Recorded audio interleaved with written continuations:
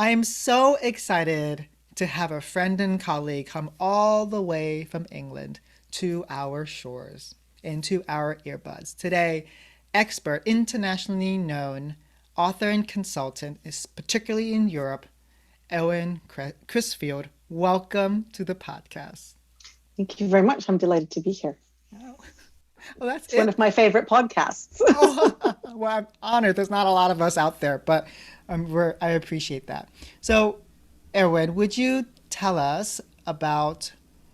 You're here to talk about bilingual families, and we kind of just started talking about your family at home, and it was such a fun conversation. Can you tell us what your family looks like and your bilingual family looks like? Well, my bilingual family is an exercise in what not to do with your children. And I talk about that in the book. And, I'm Canadian. I was raised English speaking, English only. As an adult, I became a fluent French speaker by choice. I moved to Quebec and I learned to speak French. And I married an American who's English speaking only by default. So when we had kids, we agreed that I would speak to them in French and he would speak to them in English. And my oldest daughter was born in Montreal. So that was going to be, perfectly easy to do. French, English, balanced school, everything. And then when she was 3 months old, we moved to the Netherlands. And so that threw a little spanner in my family language plan. And we added Dutch into our family language plan. And then when she was 4.5 years old, I had twins. And that threw another spanner into our family language plan because we brought our twins home from the hospital and put them down in the living room. And Maddie looked at them and said, I'm going to speak to them in English because English kids are more fun. And so she determined herself that even though her maternal language from me was French, she was not going to speak French to them because she thought that they would be more fun if they were English speaking. And that was just related to the schools she went to and the friends she had at other schools and her relationships with them. But it was, I think it really encapsulates the very strong will of children when it comes to their own language profiles.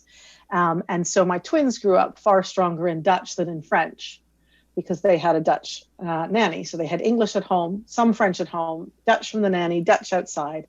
And so their profiles were completely flipped to hers originally. She was stronger in English and French and not in Dutch, and they were stronger in English and Dutch and not in French. And then they went to a French school for 3 years, and their French got a lot better. And then we moved them into a European school, which was English language for educational reasons, because I knew that the way the French school system worked wouldn't suit one of my twins. It would not be the right system for that child. And so they then became English dominant again. And so they have very different profiles. My oldest is kind of, in the way that many bilingual families find our most successful, if you will, bilingual. Fluent English, fluent French, very good Dutch, very good Spanish. She can speak Latin too. Wow. And so she can say, I am the Lorax, I speak for the trees in 7 languages. She's my prodigy. But my twins have very different personalities, very different interests. They're not as linguistically inclined as she is. They didn't have the same kind of surroundings, and so they're strongly English dominant, and they speak Dutch and French conversationally. But neither of them have the strong interest in languages that she does. And so I always tell parents at the beginning of my parent seminar that the parent seminar is 50% what we know from research and 50% what I've learned from my children. Because they've taught me so much along the way about what kids will and won't do and what kids can and can't do. I feel like I want to ask you that, like, what have your kids taught you? But before we get to that, tell us about, I guess maybe we should talk about that. One of my questions was, tell us a story that has really informed your practice. And so you've kind of started to talk about that. Would you give us a specific one from your family? I will give you a specific one, but not from my family, if that's okay. Absolutely. Because it's the story that all of my parent audiences love the most. And I think it really kind of just, crystallizes what the issue is in a lot of bilingual families. Years ago, when I was living in the Netherlands, I was contacted by a couple. He was Dutch and she was Russian. And they asked me if I would do family language planning with their family. They had a 6-year-old daughter. And so I went over and I met them and we talked about what issues they were looking to deal with. And the Russian speaking mother said, my daughter refuses to speak Russian now. She can, she always has with me, and now she won't. Right. And so I sat down with the little girl around the table and I said, will you speak some Russian with me? She said, oh no, I can't. And I said, well, I think Russian's really neat. Why can't you speak Russian with me? And she said, because Russian is a secret language. So the look on her mom's face. So I said, that's interesting. What do you mean Russian is a secret language? And she said, well, Mummy always speaks Russian to me, but as soon as someone else walks into the room, she changes to Dutch or English. And so in her little 6-year-old brain, that meant Russian was a secret language. Right. And so the point that I highlight to parents all the time is we need to talk to our children about their languages and about their linguistic environment and who speaks what language and why. And we need to be very careful not to model to them our language is only important when we're alone. Because so many parents do that because they think it's rude to use their language in front of someone else, or they think it will make people uncomfortable. And so that, parents make decisions that seem very rational. They're adults, they think about things, they decide, I think I should do it this way, but they often don't stop to think about what's that going to be perceived as from a 3-year-old or a 4-year-old or a 6-year-old. And those perceptions really give kids the message whether or not this language is important, whether or not I should use it in public, all those kinds of things that they pick up. And so they're not doing what we want them to do. And we don't know why, so we get frustrated. But most of the time it's because what we are telling them, we're not modeling for them. Right. And often the things we tell them through our actions speak louder than what we actually say. Absolutely. Absolutely. And I saw this. We lived in the Netherlands for 15 years. And another little story, when my daughter was 2.5, I went into a cheese shop with her and a friend who was English and her son, who was the same age as my daughter. And in the Netherlands, if you're a child in a cheese shop, they offer you a piece of cheese and they say plakke kaas, which means piece of cheese, and they get a free piece of cheese. So I ordered in Dutch and the lady offered my daughter plakke kaas. And my friend ordered in English. And her son did not get a piece of cheese. The Dutch cheese ladies, her English wasn't very good. And it's just a reflex for them in Dutch to say plakke kaas. So, she wasn't being mean. She just didn't think to say it. And so as this little 2.5-year-old boy was laying on the floor, kicking and screaming because he didn't get any cheese, I was thinking, that was very interesting. Fast forward, he's now 18 years old and he still doesn't speak any Dutch. Wow. He moved to the Netherlands when he was 3 weeks old. And it was not because his parents said they don't want him to learn Dutch, but because they consistently modeled, we don't do that. Right. Because they, all those hangups, we're not very good language learners. You don't really need to learn Dutch here. And so you're absolutely right. What parents do is far more powerful than what parents say. Right. It's actions that speak louder than words. Right. It's absolutely. So you touched on something that I wanted to really talk about, people using their home languages in front of others. Because I have, now working at many international schools, I am privy to their policies. And in many policies that I see head of schools, principals will say, when we're working in a multilingual group, everyone speaks the common language, which defaults to English. Yeah. How would you address that? Oh, well, I'd start with the Article 30 of the United Nations Convention on the Rights of the Child, which allows that all children have the right to their language. So that's a fairly confrontational place to start. So if I wanted to start somewhere less confrontational, we would talk about how it limits children in their engagement and their participation and their development to not be allowed to learn to use the language in which they feel the most at home. And that they're, I know also of so many schools, international schools, state schools that have these rules because they think it's what's right. And you can only speak English in the class or in the school. And A, they don't work. And B, if you tell a child your language is bad here, they will use that language to do bad things. If you tell a child your language is welcome here, you can use it for learning, they will use it for learning. And I've seen that in schools all around the world, that when you engage with children, when you dialogue with them, when you develop classroom language policies with them, when you develop their sense of agency in when I use a particular language and why, and when I make a different choice, and how that impacts the people around me, you can have a much more harmonious and enjoyable classroom situation that supports students across the board and they learn English. Right. It I, doesn't have to be either or. right.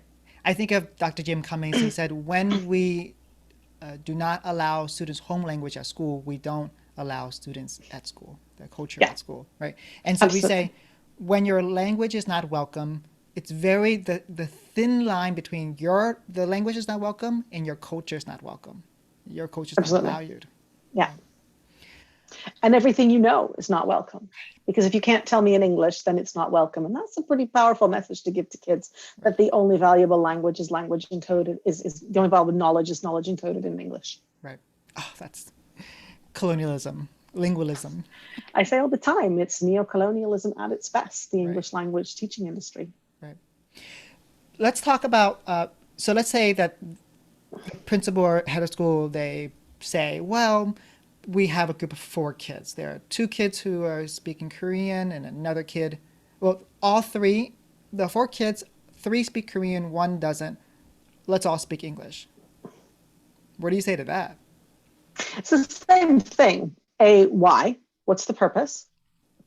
So what's the objective? And B, what's the outcome on the kids? And C, how can you help the kids make decisions for themselves that will help their learning instead of dictating?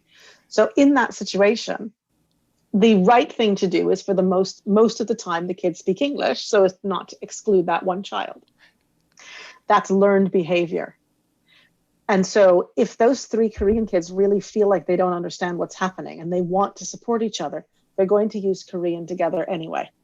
They're going to do it under the hand, with their back turned, whatever because they need to know what they don't know.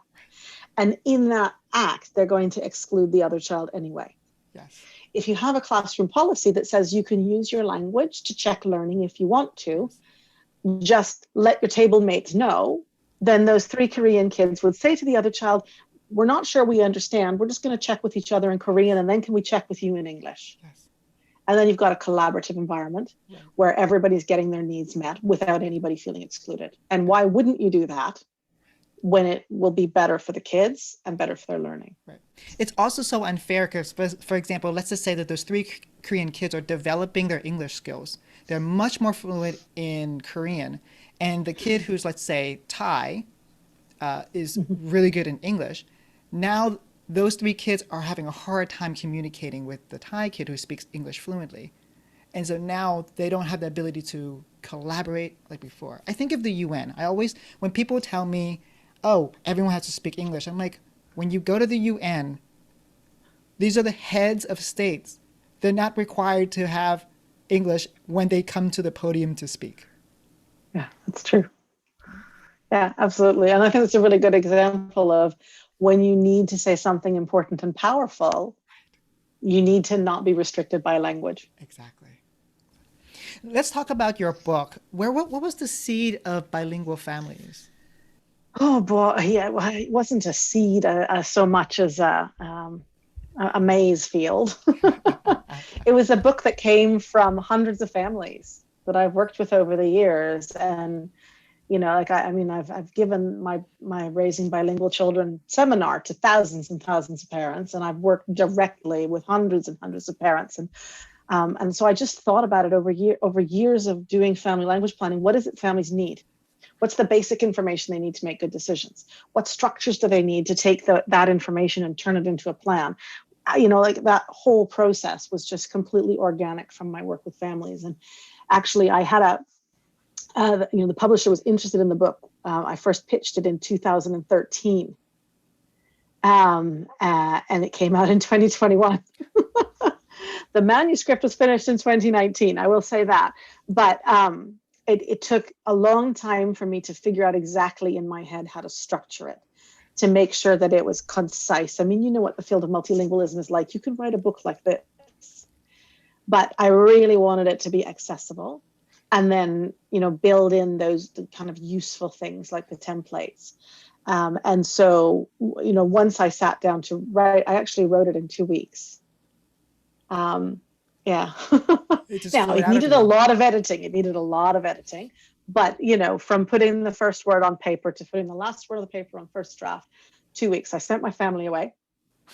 I took 2 weeks. I went to Northern Wales, which is a wonderful bilingual environment. Exactly. can't sit in kind of one monolingual town in Oxfordshire and be inspired. Not to the bilingual environment, Northern Wales, and just wrote. But by then I was so clear in what I needed to say that it all just kind of came out of my head. You're like And, the structure, I knew the structure and just went. And then, of course, it did need, huge amounts of editing. I don't want you to say I wrote a finished book in 2 weeks, but everything was in there that was ultimately in there at the end. You remind me of J.K. Rowling when she was writing her book. She rented a castle and she said, "I'm staying there for a month and I'm finishing my Harry Potter book." Okay. Ooh, that's what I need to do. I could use a month in a castle. I could write a book if I could do that. Right. So you talked about now the research side. What's the myth around bilingualism? That's one of your chapters in your book. The myth? Well, there are many. Yes. I would start with the first one. I think the first and most important one for parents to understand is that children are not sponges. That it's the most prevalent, predominant global myth about children that's based on research about bilingual infants. And so, it's extrapolating research in ways that don't work. But what it causes parents to feel like, so it causes immense pressure for parents because they feel like if we don't do it early, we won't do it at all. So it feeds into the earlier is better myth, because if they're sponges when they're younger, then earlier must be better. And it feeds into a competitiveness around languages. Right. My child already speaks 2 languages. I'd like to put them in a bilingual program to learn 2 more. They're 4 years old. Why? But because more languages is better, because earlier is better, because they're sponges. And so, parents, some kinds of parents, not all parents, kind of feel like if they cram in as many languages as they can before the age of 5 or something, their child will be successful. And that's not how language acquisition works. Right. You can cram in a language before a child is 5 and then leave it for a year, and that language will be gone. They will have forgotten it. And so I really try and emphasize they're not sponges. It takes time and effort, quality over quantity. Let's start talking about the case for bilingualism now that you've talked about the myths of bilingualism. So I think that there are so many important reasons for children to become bilingual. I think the least important reason is the potential cognitive advantages. They get a lot of airtime and they get a lot of news. Bilingualism makes people smarter and better executive functioning and better decision making. All of that I think is irrelevant. And I think it feeds into the idea of bilingualism as a market commodity. And I think that that's doing immense damage globally as well, looking at bilingualism in terms of its value for the economy and for the marketability of a child when they're an adult. Right. And I think the cognitive advantages leads us down that road. I think there are linguistic advantages in terms of linguistic flexibility, in terms of thinking about how languages work. And, we do know that children who are bilingual from a young age tend to be better at learning other languages later. So if they want to move to another country, they'll be better prepared because they're not stuck in I can only use one language. But I think potentially globally, the most important area of research is the focus on social and emotional benefits. And the research that's coming out of, so in Montreal, there's quite a strong basis of research around trilingual children that shows that young trilinguals are more open to people who are different from them, more empathetic communicators. They're not scared of people who are different. And I think all of those and I can see that really clearly in my work. Young bilingual children are so open about language. So I'm going to talk to you in Spanish, and if you don't understand, I'm going to try German, and if you don't understand, I'll use my hands, because they're used to constantly getting "I don't understand you" from one parent or another or from their teacher. And so they just build this kind of they want to communicate, and they're not put off by not having immediate success in the way that I see a lot of monolingual kids. They walk up to a child, they speak in English, the child looks at them, and they don't make any further effort because they don't know what to do. They've not developed that skill of accommodation and thinking about what the listener needs that we talk about all the time. And so I think those kind of social benefits are immense. And I think also just, I think of languages are doors and windows. And people focus on the doors to education, to jobs, to migration. But the windows are the windows to other ways of thinking, other ways of doing, other ways of being. And I think we underestimate the value of that immensely. I think you're tapping in Dr. Rudine Sims Bishop's when you talk about windows, doors, and sliding. So mirrors, she talks about windows. Books are like windows, mirrors, and sliding glass doors. So when we Oh, read it, I don't know that. yeah, when we read a Okay. book, we can see ourselves better. When Okay. we read a book, we can understand another world. So we see into another world. Yeah. And when Okay. we read a book, we get to move into the world. So when Okay. I just look into. And so I think you're Yeah. talking about the same thing. The concept of languages are saying, oh, languages help us see each other. So there's Yeah. windows. Hmm. It helps us see us through Hmm. culturally, through Yeah. mirrors. And it helps us interact with others to understand a different way of being because language shapes the way of being. Yeah. I also really appreciate now. This is a little bit of like teacher therapy for me.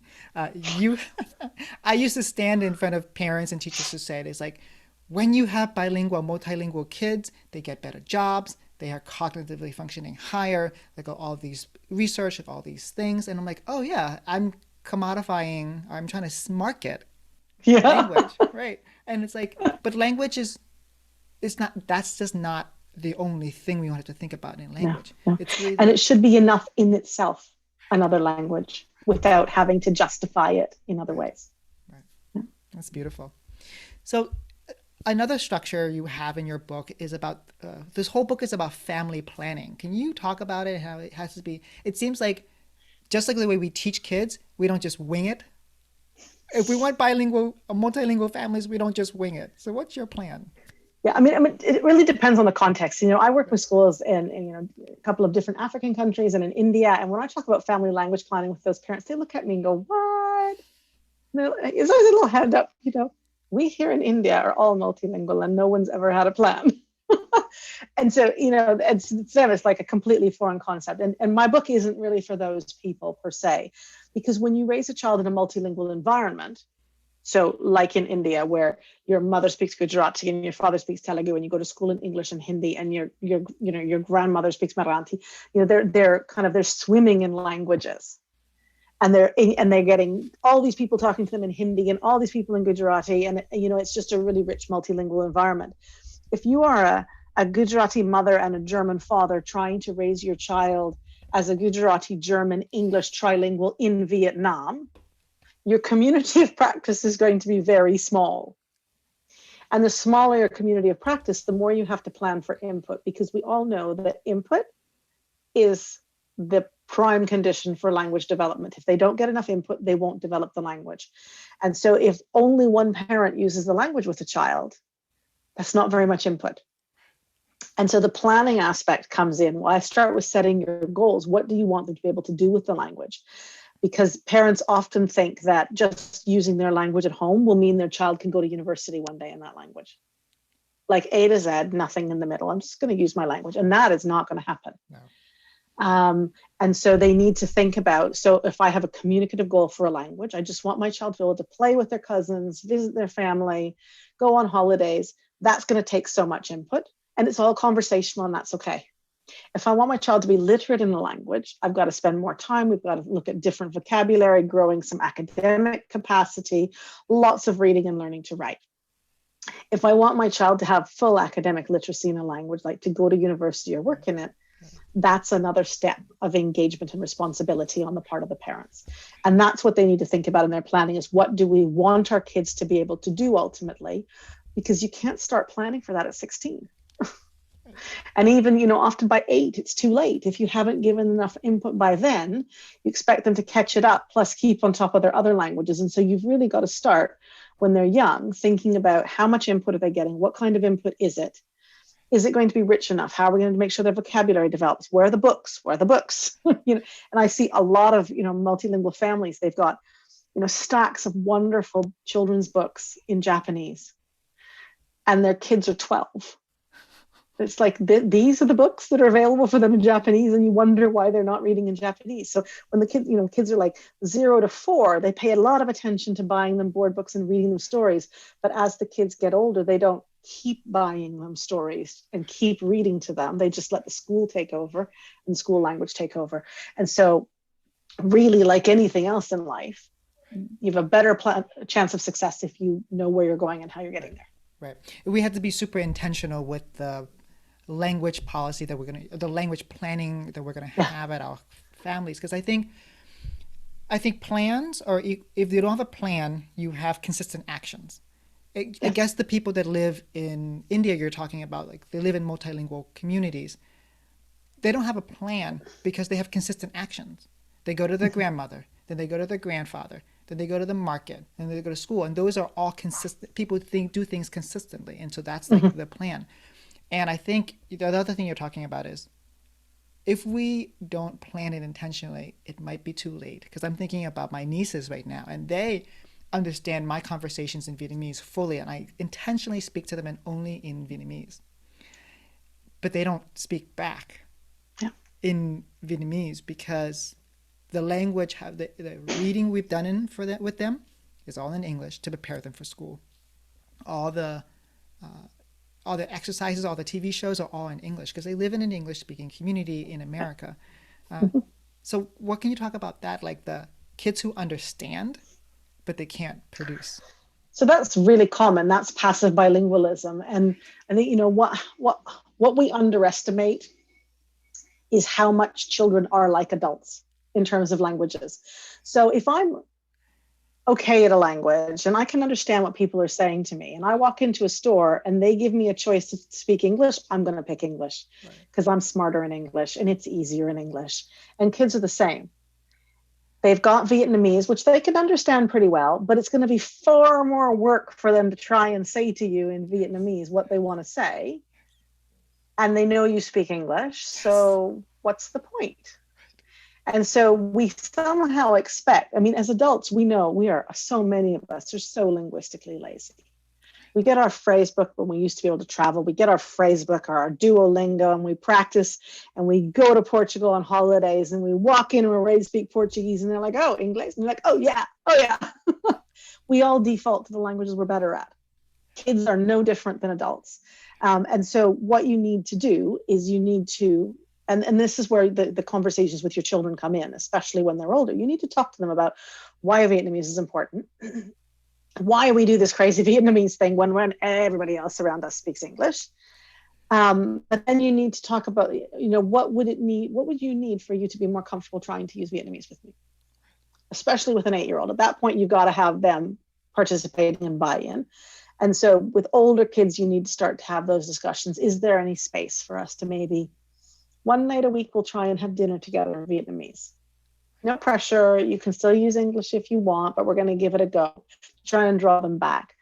The other thing you can do with kids who are still younger is really find what I call kind of the monolingual imperative, situations in which only that language will work. So now this is really difficult. I used to meet community groups in the Netherlands all the time. They say, oh, we made a Spanish-speaking play group so our kids could all speak Spanish together because you said it's really important for them to play with other kids in Spanish. And within 5 minutes in that playground, all the kids had realized they go to school in English and there's no Spanish happening, just the moms and dads over there speaking Spanish. And so it can be really difficult especially in English-speaking environment. But so whatever you can do to connect with people who speak that language and can use it with the children, whether that means having the grandparents read a story every night for 5 minutes over Zoom before bedtime, just to give them 5 minutes a day of interaction, whether that means bringing in board games that are traditional and played in other languages. One of the most successful strategies that works for families is to hire a teenager who speaks the language to come and play with the kids, because where the kids won't do it with their parents, teenagers are a lot of fun. Teenagers are a lot more motivating. You pay them less than you pay a tutor. But also, as a parent or as an uncle, it's not ethical to say to your nieces, I don't understand you, when they speak to you in English, because you do, and you're lying to them. But there's a gray space in that ethicality of, can you hire a teenager to pretend they don't understand English? And so it's really just, finding little ways to nudge them. Right. So that they're willing to give it a try. But it's also accepting that, like my own 2 children, especially in an English dominant environment, it's very hard for kids to understand the why for another language. And so sometimes it's just about continuing to use it yourself with them. Right. So that when they get to the point in their lives when they go, actually, I really would like to speak Vietnamese, they have enough to get them going. Right. I think about my nieces as I'm working with them this summer, just spending time with them. When my 4-year-old niece and I are playing together, she likes to do painting by stickers, right? And so we'll Painted by say, stickers. yeah, Okay. there's like a picture of like a wizard and there's cut off little pieces and you put 36 and you Okay. find the 36 block sticker and you put it in 36. So it's like paint by numbers, but less Paint by number. messy. Exactly. Yeah. A lot Okay. less messy. It's great for parents and uncles who don't like to clean up after their nieces. So she'll point to say I'll say this number and I'll say 36, which means 36 in Vietnamese, and then she'll say 30, she'll say 36, and I say now say it in English. She'll say 30, and I'll she knows English much more, so I'll say Yeah. 30, and she'll go 6, and so Yeah. that's how I'm trying to do it bilingually with my Okay. 4-year-old. With my 8-year-old, who's I think a little bit later now, we're now just saying like, say this word now in Vietnamese, or can you say that again in Vietnamese? Mm-hmm. And so she's struggling to have full communicative phrases and sentences, Yeah. but now she's saying words and phrases. But Yeah. we're just trying to keep it because I think it's too Yeah. late. Because the risk is now I'm losing my relationship with my niece if I force her to speak Vietnamese because Yeah. she's like, I don't want to speak to you, it's too hard. But Yeah. I want to know about her swim meet. I want to know about what was her event? How did she do in her butterfly, right? But when we are learning the routine of getting ready for swimming, we say, okay, when you rub your sunscreen, and I say it in Vietnamese, and so she hears it, right? Yeah. And so I say, where are you going to put it? And she'll say ta mak, which means on your face, Yeah. right? And so it's slow. Yeah, and that's absolutely the experience of so many multilingual parents is at some point it becomes, do I push it and risk my relationship with my child or do Exactly. I let it go? And you always have to prioritize your relationship with your Right. children. Like, Right. I mean, I moved my children out of the French school, even though I really wanted them to have full fluency in French because I knew it wasn't going to be a good fit educationally. And you can't make language everything. There are other, I mean, of course, I'm a linguist, language is everything, but you have to take into account other things that are important for your family and for your children as well, and have language be one of the things that you consider when making big decisions, but not the only thing.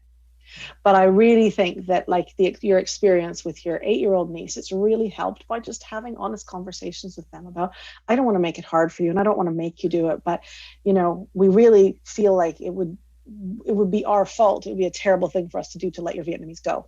So tell us when you're ready to give it a try and we'll use a little bit, but we'll try not to push you. Right. Because if we push them, they'll be pushed away from the language and the culture, Absolutely. and in Yeah. us in turn. Yeah. What would you say to starting off with in your plan? How do we make it? How do we start off with like little kids, the youngest kids? So you just start out as you mean to continue. But I think, like the younger children are, when the parents make a plan, the better chance there is of success. It's far harder to fix the mistakes we've made Right. than to get it right from the beginning.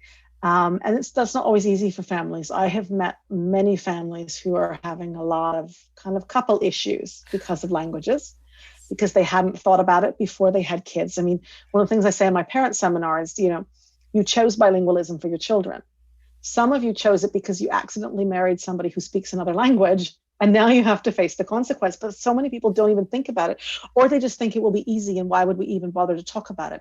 And then when it becomes difficult, it causes a lot of times tensions in the couple because one part of the couple will value one of the languages more than the other.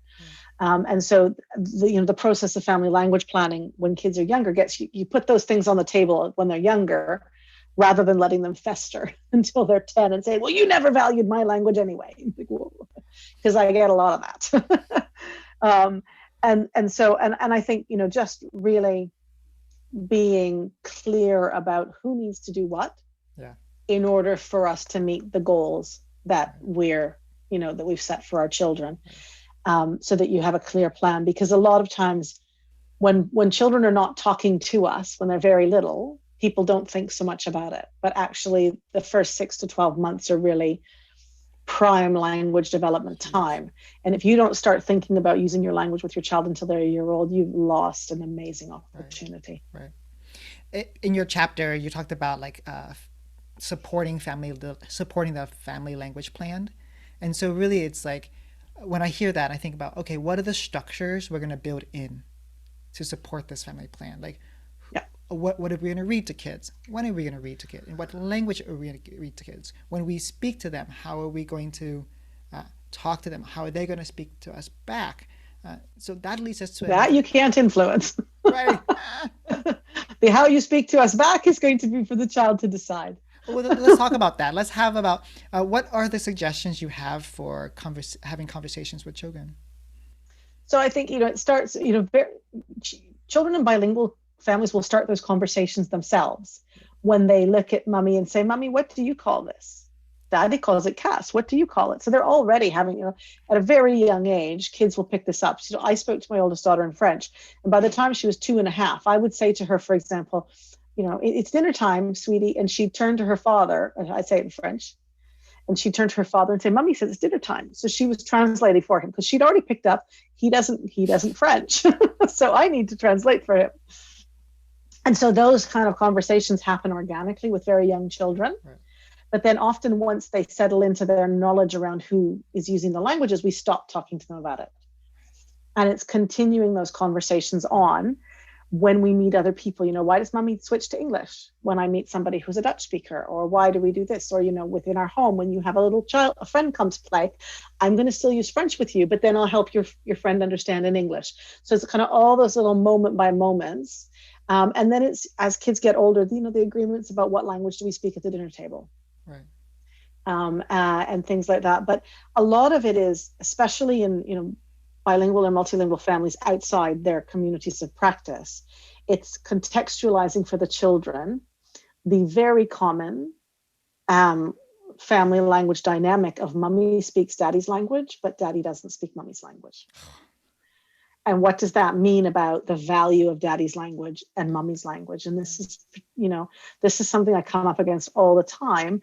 The mother's language is less valued. She's the one who's home with the children. It doesn't have the economic value. Daddy works in the other language. And so the kids themselves pull away from that language because they just think, well, it's obviously not very useful. And then they start saying, Mummy, please don't speak to me in Portuguese at school. It's embarrassing. And that's when you're in trouble. When they tell you your language is embarrassing, you're in trouble. And so you have to just continue, it is true that Daddy doesn't speak Mummy's language, and that's pretty tough. But, Mummy had the opportunity to go live in that country, or, really like languages, or however you contextualize it for your family is how your children will understand and develop healthy attitudes about their languages rather than these kind of skewed, but Russian is a secret language kind of attitudes. Right. And then as your kids get older, it gets to be yes, you do have to learn to read and write in your language. And, you can read Harry Potter, but you can read Harry Potter in French first, and then I'll let you read it in English. And, that's when you start negotiating more with your kids about what they're willing or not willing to do. So let's talk about that. You wrote another piece, a beautiful piece recently about equity, inclusion, and bilingualism. Yeah.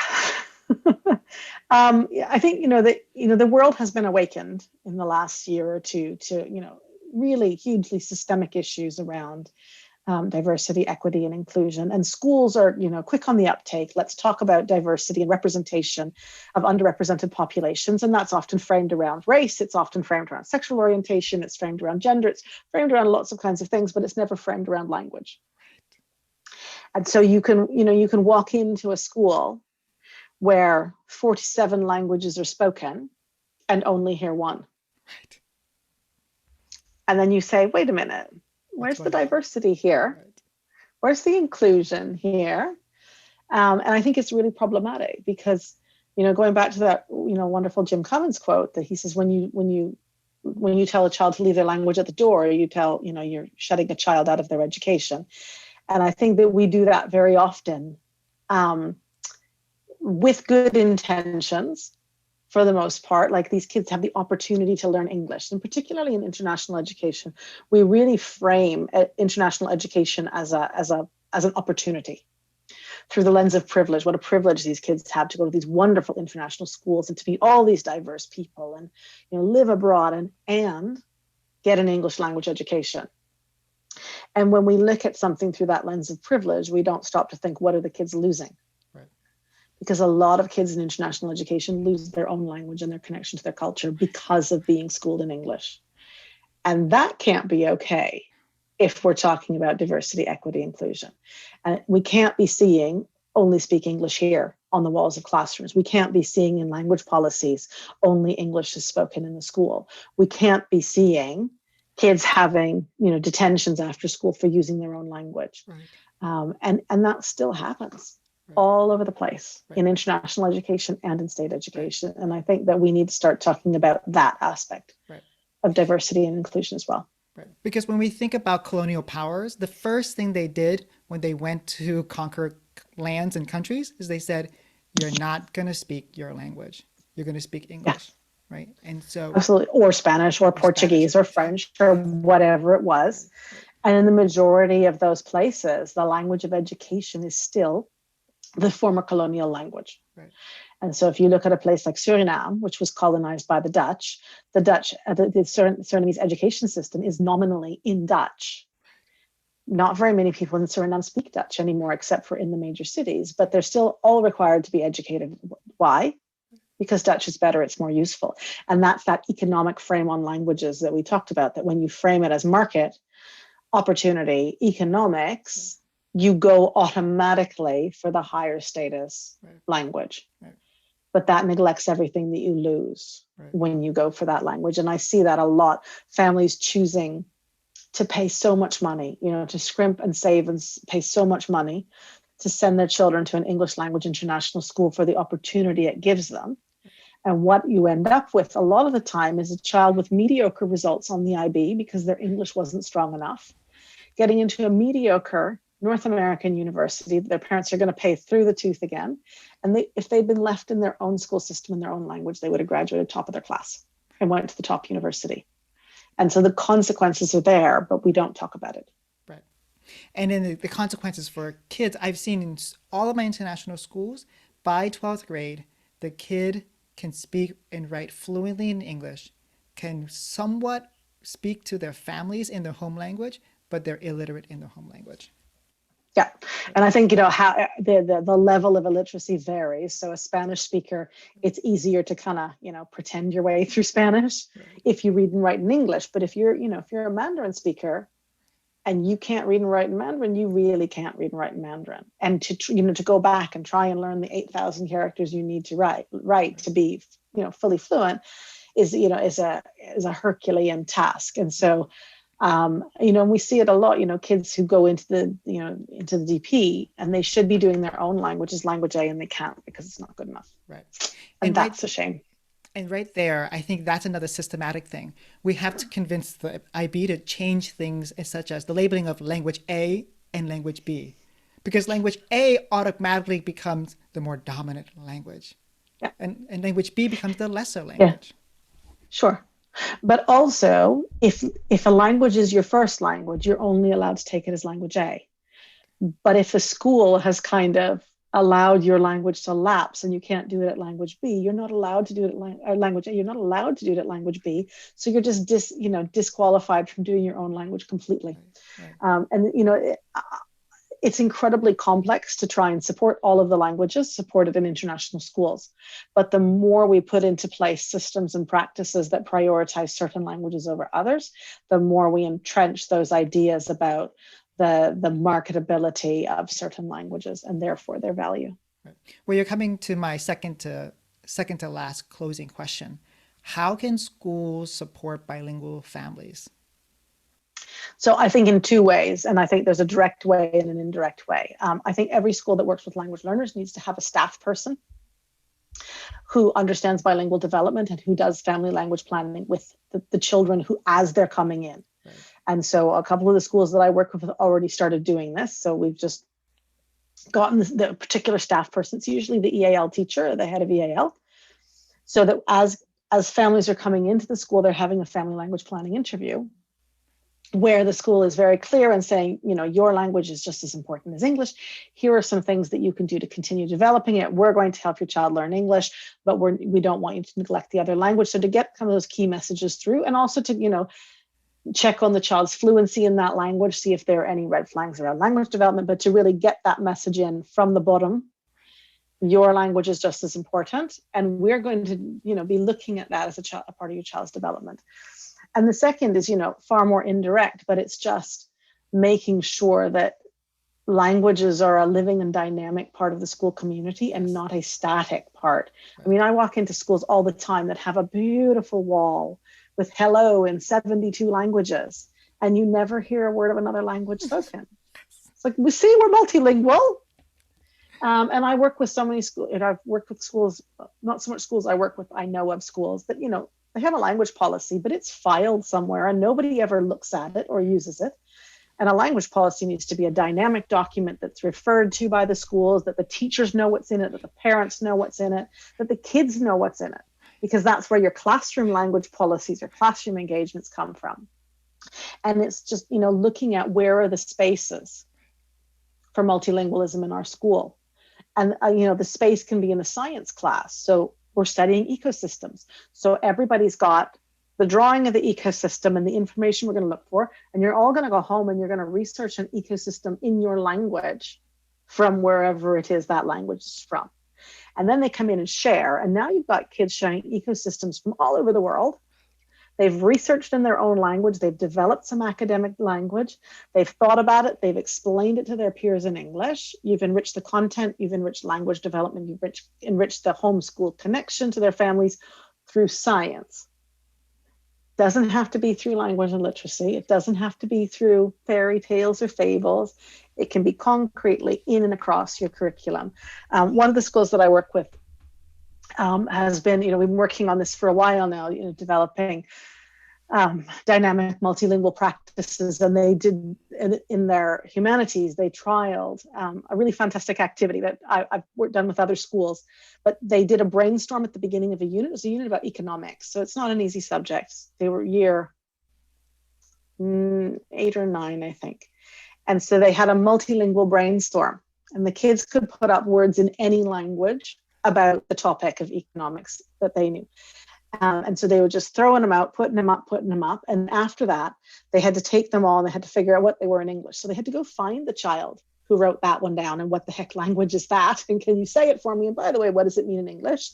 And then they looked at the results and they figured out what are the connections we've made? Where are we on the right track? Where are we not? And so it started really powerful knowledge building. And the teachers who had never done this before, they said, we had so much more input from the kids than when we've done it before, just saying, what do you know about the question in English? And like 3 kids would say something, and they said, we've never seen participation and idea development like that. And so, it didn't take them more than 5 minutes extra for the kids to do the translation into English. But wow, what a powerful learning experience for the kids and for the teachers. Right. And this is your case for bilingual, like allowing all languages to be at school, because when we don't allow languages, we limit participation. And when we limit participation, yeah. Go ahead. I'd say we limit participation and limit engagement. Yes, that's exactly it. That's the connection between it. Yeah. Yeah. The picture that you gave me was like a welcome wall with like 47 languages and only one is spoken, right? And I think I want to add to your imagery and say, one of the things that schools can do to help bilingual families is make sure that if there's a person that speaks the student's home language, that they're allowed to use that. Because particularly when I go to elementary schools and I work with elementary schools, I see a fluent Lao TA who has a master's in education struggle with English to teach the Lao kid who's learning in a Lao school. This happens in Thai schools. This happens in Cambodian schools. This happens in every single school that I've been to. And so that's the one thing you can do and say, please speak your home language with the kids if they speak your home language as well. Yeah, and I think actually what you just did was what I was going to say. I would not say allow, I would say encourage. Yes, thank you. Because allowing makes it still sound a bit illicit. Exactly. We're going to allow you to use your language. Right. Encourage is much more positive, because I know a lot of schools that allow, but the kids won't use their own language because they feel like they're being allowed it as a sign that their English isn't good enough. Right. And you shift the discourse when we encourage you to use your own language together. Why wouldn't you? Right. Shift the discourse away from it's a deficit strategy to use your own language here to it's a positive strategy to use your own language here. That's another therapy session for me, so thank you. Let's end with this. I usually ask, I feel like I want to ask more questions about your family, so I'll ask this last closing three questions. If it's, of course, if you feel free to share. You said that you've learned a lot from research and a lot from your kids. What are three lessons that your kids have taught you? And let me frame it with this way. What have they taught you? A red light, something that you recommend teachers and families stop doing. Yellow light is, what do you recommend as people to start doing? Kind of like when you go to a yellow light, you start slowing down. And a green light, what do you recommend people do, continue to do? So I think a red light for me, if I've got your color system correctly, would be don't push the child to fit your agenda. Right. We go back to not all children are, children are not sponges. Every child is linguistically different. Some are not interested in languages. Some are not gifted with languages. And if you have a really clear agenda and you make everything about that agenda, your child is going to suffer in multiple other ways. And I've come across this so many times. The father says, I speak 8 languages. Why can't my son? Because he's not you. Right. And he has other strengths, but he hates languages. And so if something's not working, right, stop. Right. Reassess what could be the potential effect if we push this, and what would be the compromise if we stop. And so that's something that I learned, with my twins at the French school, that as much as I wanted them to get that full academic fluency in French, it would have been so emotionally detrimental to one of them to go through that kind of, the French system is very strict and very punitive, that it probably would have set them up for academic failure for the rest of their life. So is that the consequence you want of being bilingual? That's a pretty big consequence. That's the first one. The yellow light, I think we could interpret 2 ways. It's like, you're slowing down to stop, or are you getting ready to go? Exactly. Because in England, the amber light goes both ways. We also get a yellow before a green here.